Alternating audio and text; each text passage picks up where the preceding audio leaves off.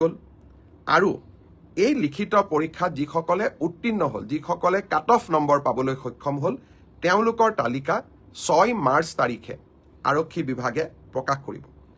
6 March তাৰিখে লিখিত পৰীক্ষাৰ ৰিজাল্ট হোৱাৰ লগে লগে PST আৰু PET আৰম্ভ হ'ব আৰু PST আৰু PETৰ এডমিট কাৰ্ড আপোনালোকে 9 মাৰ্চত ডাউনলোড কৰিব পাৰিব আৰু PST আৰু PET 17 মাৰ্চৰ পৰা আৰম্ভ হ'ব। এয়া হ'ল অসম পুলিচৰ সাব ইন্সপেক্টৰ UB, AB আৰু কমিউনিকেশ্যন ইয়াৰ বাবে যি পৰীক্ষা হৈছিল। আমাৰ এটা ডাঙৰ পৰীক্ষা হৈছিল, সেইটো হ'ল constable UB, constable AB, constable communication আৰু sub officer fire and emergency service. এই গোটেই সো হেল্ল' গাইজ, আপোনালোক কেনে? তো আশা কৰোঁ আপোনালোকে ভালে আছে। তো ফাইনেলি অসম আৰক্ষীৰ ফালৰ পৰা এটা ভাল খবৰ আহিল। অসম আৰক্ষীৰ গোটেই কিষ্টাপতে এতিয়া কাট অফ ইতিমধ্যে প্ৰকাশ পাইছেহি। অহা 6 তাৰিখ নহয়, অহা 4 তাৰিখৰ পৰা ষ্টাৰ্ট আছে আপোনালোকৰ 12 তাৰিখলৈকে। তো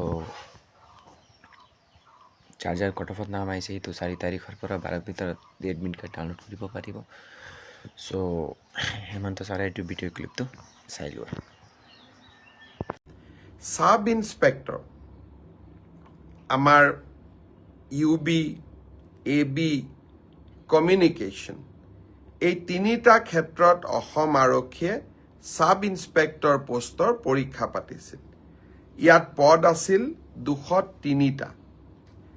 ইয়াৰে ইতিমধ্যে লিখিত পৰীক্ষা হৈ গ'ল আৰু এই লিখিত পৰীক্ষাত যিসকলে উত্তীৰ্ণ হ'ল, যিসকলে কাট অফ নম্বৰ পাবলৈ সক্ষম হ'ল, তেওঁলোকৰ তালিকা 6 মাৰ্চ তাৰিখে আৰক্ষী বিভাগে প্ৰকাশ কৰিব। 6 মাৰ্চ তাৰিখে লিখিত পৰীক্ষাৰ ৰিজাল্ট হোৱাৰ লগে লগে PST আৰু PET আৰম্ভ হ'ব আৰু PST আৰু PETৰ এডমিট কাৰ্ড আপোনালোকে 9 মাৰ্চত ডাউনলোড কৰিব পাৰিব আৰু PST আৰু PET 17 মাৰ্চৰ পৰা আৰম্ভ হ'ব। এয়া হ'ল অসম পুলিচৰ সাব ইন্সপেক্টৰ UB, AB আৰু কমিউনিকেশ্যন ইয়াৰ বাবে যি পৰীক্ষা হৈছিল।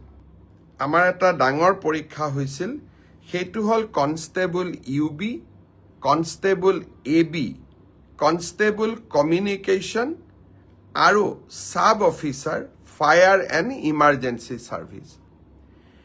এই গোটেই